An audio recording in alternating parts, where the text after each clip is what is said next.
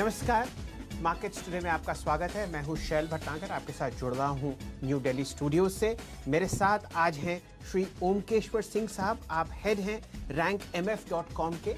ये एक mutual fund website है जहां पर आपको एक से एक बेहतरीन राय मिलती है कौन कौन से म्यूचुअल फंड्स में, चाहे वो इक्विटी फंड्स हों या बॉन्ड फंड्स हों, उनमें इन्वेस्ट करने की।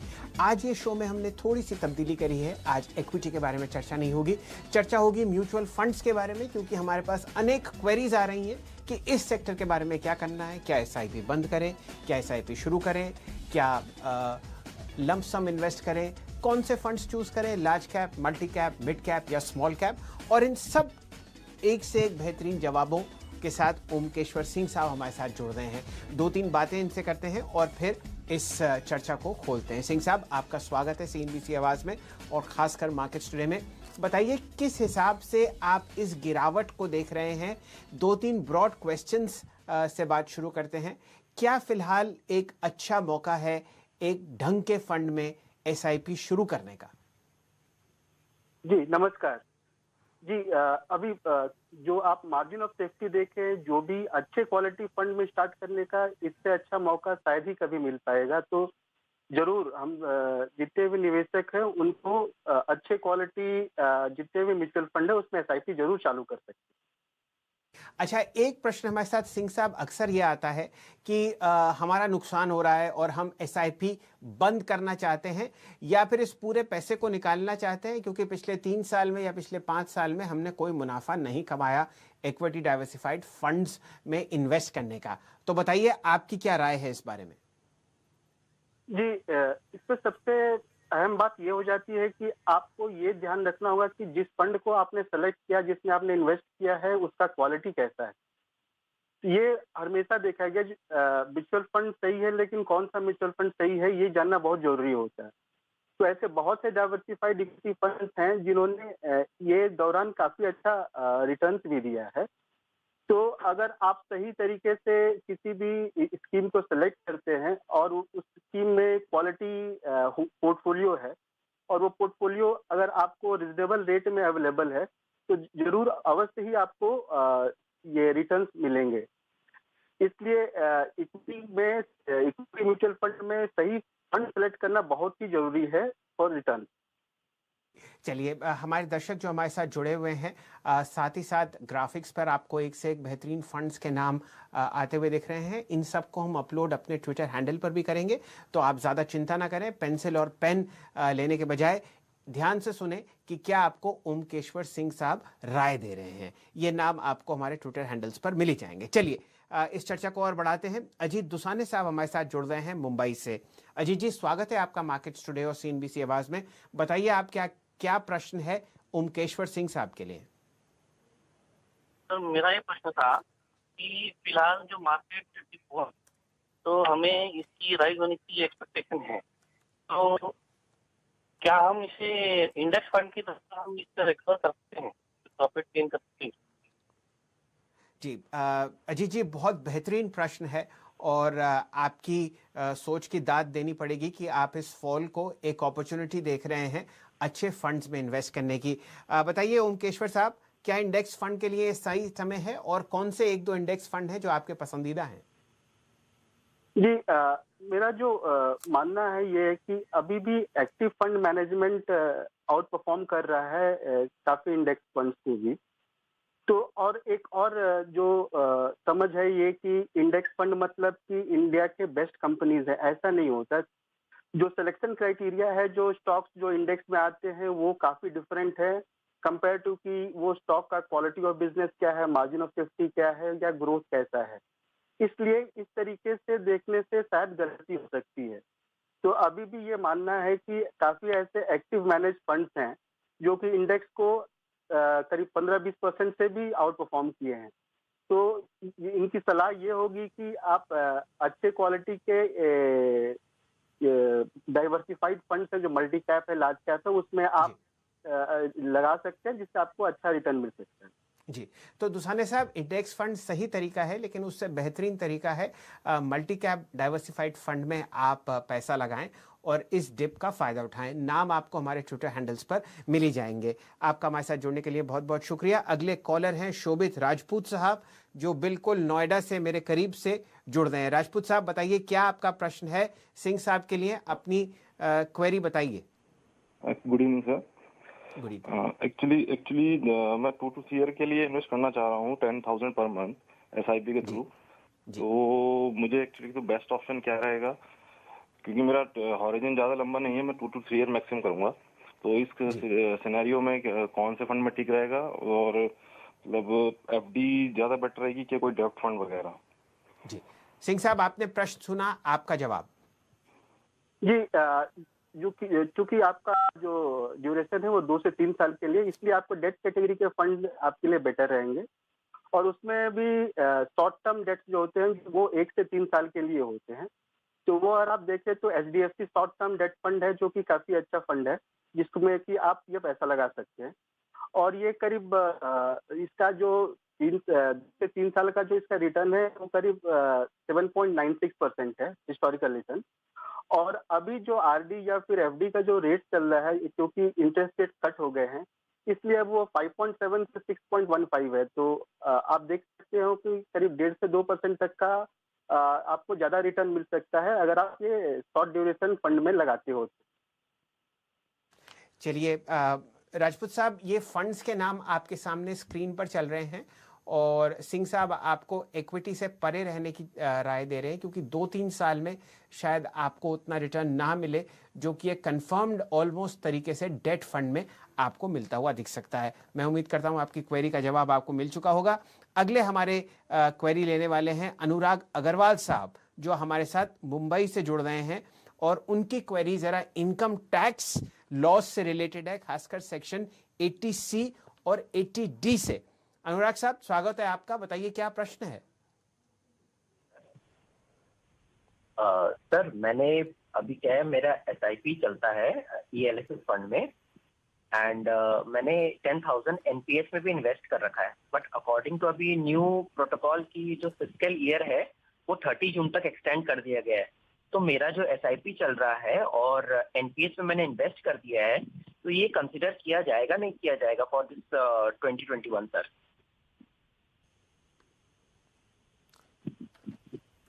आप ELSS या फिर जो आपने अप्रैल से चालू किया है ELSS में या फिर NPS में, ये आपका कंसिडरेशन जरूर होगा FY 2021 के लिए।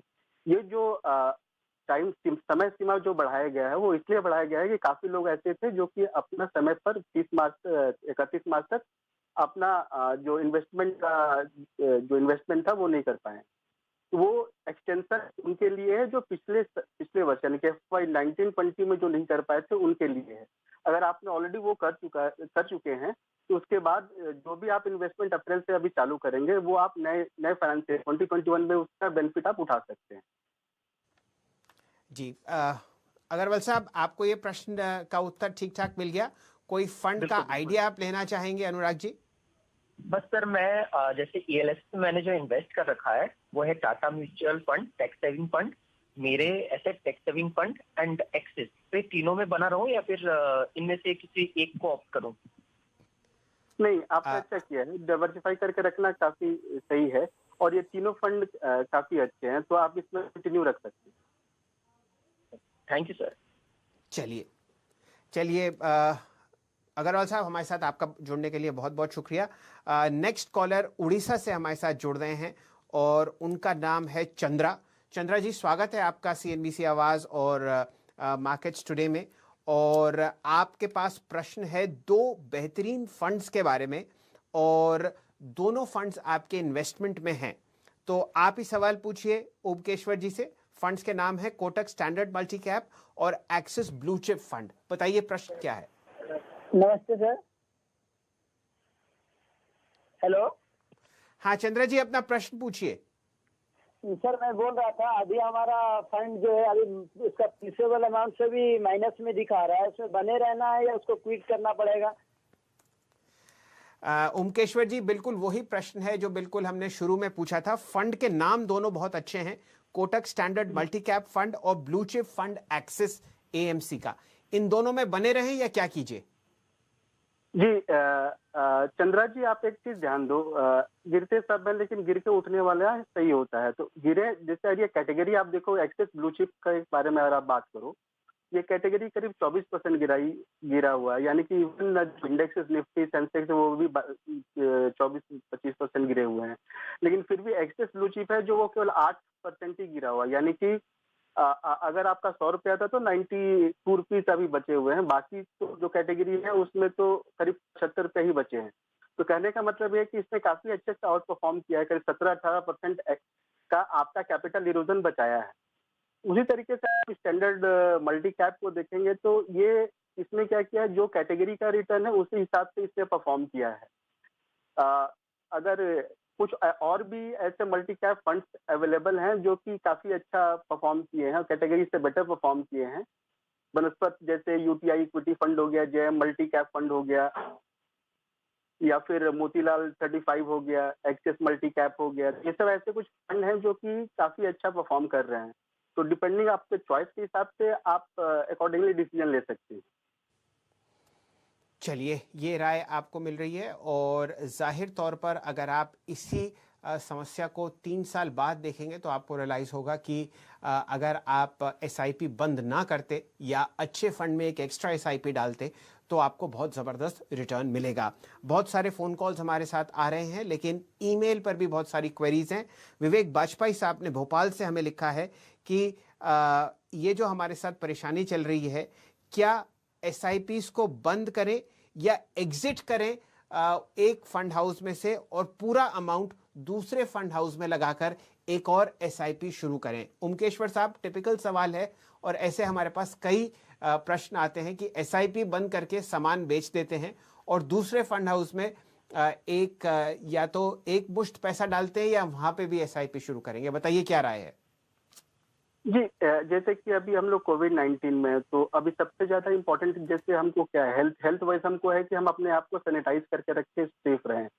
सिमिलरली आप कंटिन्यू करें कि स्टॉप करें या फिर पॉज करें या एग्जिट करें, ये कम्प्लीटली इस पर डिपेंड करेगा कि आपका पोर्टफोलियो कैसा है। तो अगर आपका पोर्टफोलियो अच्छा है, जिस क्वालिटी ऑफ पोर्टफोलियो अच्छा है और उसमें स्ट्रेंथ भी अच्छा है, तो आप उस पोर्टफोलियो में कंटिन्यू रह सकते हैं। ये पूरा बेच कर दूसरे फंड में लेने से इसका कोई फायदा आपको नहीं होगा।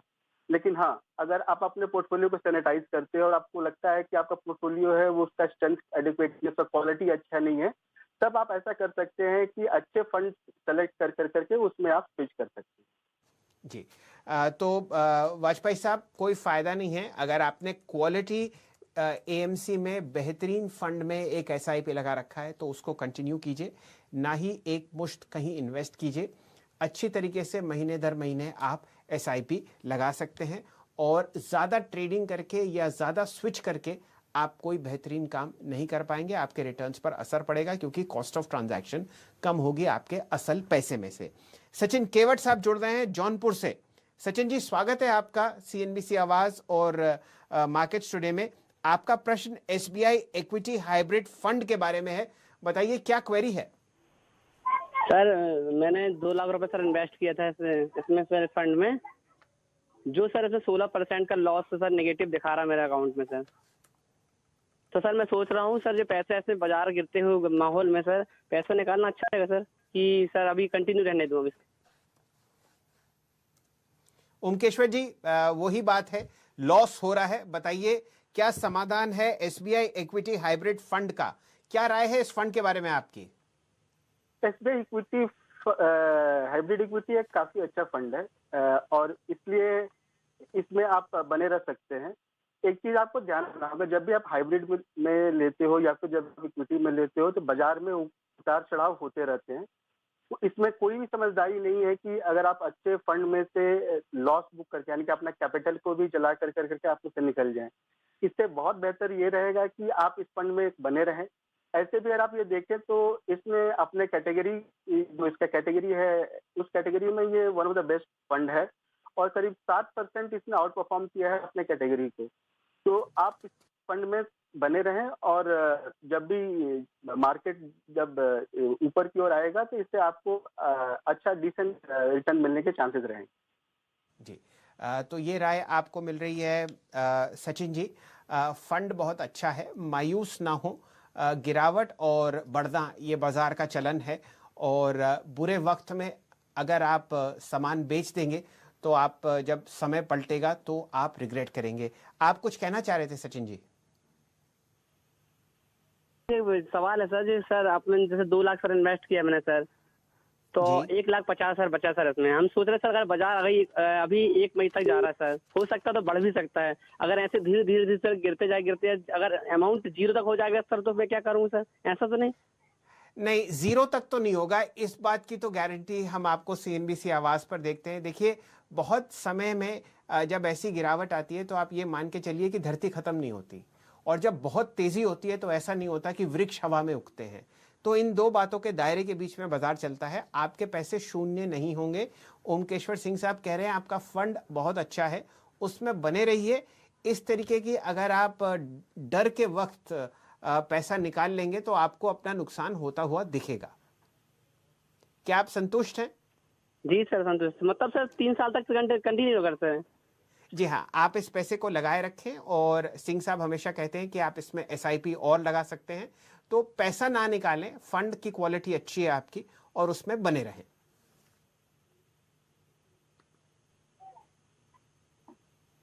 चलिए, केवट साहब को जवाब मिला, बहुत बेहतरीन। अब हमारे साथ ऋषि राज साहब जुड़े हैं इंदौर से। उन्होंने एक ईमेल भेजा है और उन्होंने कहा है कि वो एक लॉन्ग टर्म के लिए SIP करना चाहते हैं। 8 साल बाद उन्हें 50 लाख रुपए की जरूरत है अपने बच्चों की एजुकेशन के लिए। तो कौन सा फंड सबसे बेहतरीन होगा और कितने अमाउंट का वो हर महीने एक SIP कर सकते हैं? राज साहब, आपका जवाब जो है वो ओमकेश्वर सिंह साहब देंगे। फंड चॉइस और अमाउंट ऑफ SIP 8 साल में वो आपको बताएंगे। जी जी, क्योंकि इनको चाहिए 50 लाख रुपए, तो अगर आज के हिसाब से इन्फ्लेशन और इंटरेस्ट रेट को देखते हुए अगर 12% का CAGR भी मिले तो वो काफी अच्छा रिटर्न माना जाएगा। तो उसके हिसाब से कम इनका SIP का इंस्टॉलमेंट 30,000 रुपए पर महीने का होना चाहिए, जिससे कि उनको 8 साल में 50 लाख का कॉर्पस क्रिएट हो जाए। और ये जो 30,000 है उसको वो 5 फंड में 6-6 हजार करके लगा सकते हैं। जैसे कि उसमें से एक फोकस फंड है एक्सेस फोकस 25, UTI इक्विटी एक मल्टी कैप फंड है, मोतीलाल ओसवाल 30 एक मिड कैप फंड है, और 2 large cap fund Axis blue chip और LIC लार्ज कैप फंड। तो इसमें अगर वो 6-6 हजार करके लगाएंगे तो एक तो पोर्टफोलियो डाइवर्सिफाइड रहेगा, प्लस फ्लेवर्स में भी इसमें अवेलेबल है फोकस्ड के और मल्टी कैप के। जी, तो ऋषि राज साहब, आपको ये फंड्स के नाम आपकी ईमेल में जवाब में मिल जाएंगे, और जिस हिसाब से आपको बताया गया है कि 30,000 पर महीने का आप SIP कीजिए, 12% CAGR ग्रोथ आपको उम्मीद है मिलेगी, और हर एक फंड में 6,000 रुपये लगाएं। लेंगे हम एक छोटा सा ब्रेक के बाद और कई हमारे पास प्रश्न हैं फंड्स के बारे में। कौन कौन से ऐसे फंड्स हैं जहां पर आप SIP लगा सकते हैं मल्टी कैप स्पेस में, लार्ज कैप स्पेस में, मिड कैप और स्मॉल कैप स्पेस में, इन पे चर्चा होगी। छोटे से ब्रेक के बाद हम हाजिर होते हैं दोबारा आपके सामने। जुड़े रहिए CNBC आवाज के साथ। ओमकेश्वर सिंह साहब आपको बेहतरीन एडवाइस दे रहे हैं फंड पोर्टफोलियोज पर।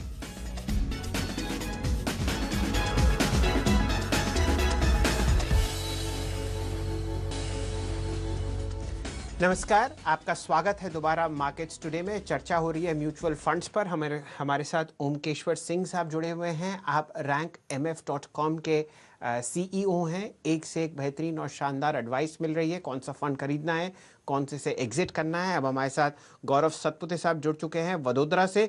गौरव जी, स्वागत है आपका। आपके पास 3 फंड्स हैं, म्यूचुअल फंड्स हैं, HDFC mid cap opportunities growth fund, IDFC multi cap fund और DSP small cap growth fund. आपका प्रश्न क्या है इन तीनों के बारे में? ओमकेश्वर सिंह साहब से पूछिए। मतलब अभी निकल जाना बेटर रहेगा इन फंड में कि अभी इन फंड में बने रहे आगे? जी, आपकी राय ओमकेश्वर जी? जी, ये जो तीनों जो फंड्स हैं अभी इससे बेटर ऑप्शंस अवेलेबल हैं। तो इनका क्वालिटी ऑफ पोर्टफोलियो और जो मार्जिन ऑफ सेफ्टी है उतना अच्छा नहीं है। तो इसके बजाय उनको मिड कैप और मल्टी कैप में काफी अच्छे ऐसे स्कीम्स अवेलेबल हैं इसमें कि वो जा सकते हैं। मल्टी कैप में UTI इक्विटी है, जेएम मल्टी कैप है, मोतीलाल 35 है, एक्सेस मल्टी कैप है, एलआईसी मल्टी कैप है। सिमिलरली मिड कैप में मोतीलाल ओसवाल 30 है, डीएसपी मिड कैप है, कोटक इमर्जिंग है, यूटीआई मिड कैप है और यूनियन मिड कैप फंड्स हैं। तो इसमें से कोई भी ये काफी टॉप रेटेड फंड्स हैं based on rank MF rating and research, इसमें वो लगा सकते हैं। जी, चलिए सतपुत्र साहब, ये नाम हम लोगों ने अपने ट्विटर हैंडल्स पर भी डाल दिए हैं, आप उन पर अपनी नज़र दौड़ा सकते हैं और सिंह साहब की राय है कि आप इनमें से एग्जिट कीजिए और अच्छे और बेहतरीन क्वालिटी के फंड्स में अपना पैसा जोड़िए। वरुण अरोड़ा साहब हमारे साथ जुड़ रहे हैं नई दिल्ली से और उनकी एसआईपी चल रही है पिछले 3 साल से टाटा में, बिरला सन लाइफ में, आईसीआईसीआई प्रू म्यूचुअल फंड्स में। आपकी राय, आपका प्रश्न क्या है अरोड़ा साहब? जी सर, नमस्कार। मेरा क्वेश्चन यही है सर कि क्या क्वालिटी रहेगा इनका आगे आने वाले समय में, और अभी जो रिटर्न मिल रहा था लॉकडाउन से पहले वो लगभग 3 से 4% था, अभी इसको आगे कंटिन्यू करें या इसमें से एग्जिट कर लें? दो जो ईएलएसएस फंड्स हैं वो सही क्वालिटी के फंड हैं और 4 स्टार रेटेड फंड्स है रैंक एमएफ से, तो उस पर आप कंटिन्यू रख सकते हो। जहाँ तक मल्टी कैप की बात है, मल्टी कैप में बेटर ऑप्शंस अवेलेबल हैं, जैसे कि अभी थोड़ा देर पहले मैंने बताया था, यूटीआई इक्विटी फंड है, जेएम मल्टी कैप है, मोतीलाल ओसवाल है 35 है, एक्सिस मल्टी कैप है और एलआईसी मल्टी कैप। तो ये ऐसे मल्टी कैप फंड है जिसमें डाइवर्सिफाइड फंड है जिसमें आप लगा सकते हैं, लेकिन जो ईएलएसएस है उसको आप कंटिन्यू रख सकते हैं, दोनों फंड अच्छे हैं। चलिए सतपुत्र साहब, माफ़ कीजिए अरोड़ा साहब, आपको इन पर जवाब पर संतुष्टि हुई होगी और फंड्स अगर आप चेंज कर रहे हैं तो ट्विटर हैंडल्स पर जाइए सीएनबीसी आवाज़ के, और ख़ासकर मेरे, वहाँ पर आपको नाम मिलेंगे। एक और सवाल लेते हैं ईमेल द्वारा।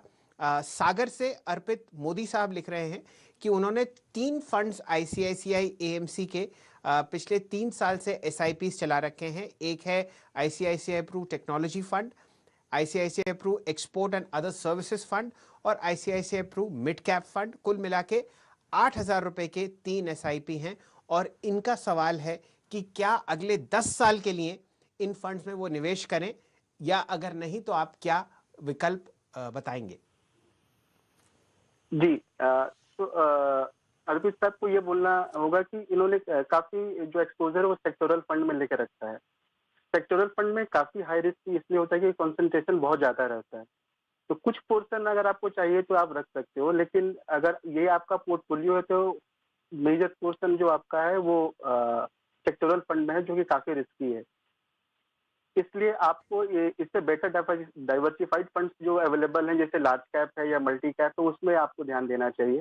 तो लार्ज कैप में जैसे एक्सेस ब्लू चिप हो गया, एलआईसी म्यूचुअल फंड हो गया, यूटीआई मास्टर शेयर हो गए, या फिर Mirae asset large cap, SBI blue chip, ये 5 ऐसे हैं जो लार्ज कैप में काफी अच्छे हैं। सिमिलरली मल्टी कैप में आपको UTI equity, JM multi cap, Motilal Oswal 35, Axis multi cap और एलआईसी मल्टी कैप, तो ये ऐसे फंड्स हैं जो कि काफी अच्छे रेटिंग और पे हैं और काफी अच्छा क्वालिटी ऑफ पोर्टफोलियो है इनके पास। तो इसमें अगर आप पैसा लगाओगे तो आपको पैसा बनाने का काफी अच्छा चांस रहेगा, बनस्पत की जो कंसंट्रेशन आपने सेक्टोरल फंड्स में टेक्नोलॉजी और ये अदर सर्विसेज में लेकर रखा हुआ है। चलिए, ये राय आपको मिली अपनी जवाब पर अर्पित मोदी साहब। आपके ईमेल पर ये सारे फंड्स वापस भेज दिए जाएंगे और हम लोग उम्मीद करते हैं कि आप लंबे अरसे तक इन फंड्स में इन्वेस्ट करेंगे। फिलहाल शो का समय समाप्त हो गया। हमारे साथ आपका जुड़ने के लिए बहुत बहुत शुक्रिया। सिंह साहब, बेहतरीन आपने एडवाइस दी, एक से एक बेहतरीन फंड्स सुझाए, चाहे वो मल्टी कैप स्पेस में थे, लार्ज कैप, मिड कैप। आपने फार्मा फंड के बारे में भी चर्चा करी, निपॉन फार्मा, और एफएमसीजी फंड्स भी आपने अपनी राय व्यक्त की। आपका हमारे साथ जुड़ने के लिए बहुत बहुत शुक्रिया। और आगे आने वाले जितने क्वेरीज हैं, आपको हर थर्सडे को म्यूचुअल फंड हेल्पलाइन सीएनबीसी आवाज़ पर खुली मिलेगी। आप अपने सवाल भेजिए और उनके सबसे अच्छे जवाब हम लाने की चेष्टा करेंगे। हमारे साथ जुड़ने के लिए बहुत बहुत शुक्रिया। एक से एक बेहतरीन खबर आपको मिलती है सीएनबीसी आवाज़ पर। जुड़े रहिए और लुत्फ उठाइए बाजार का।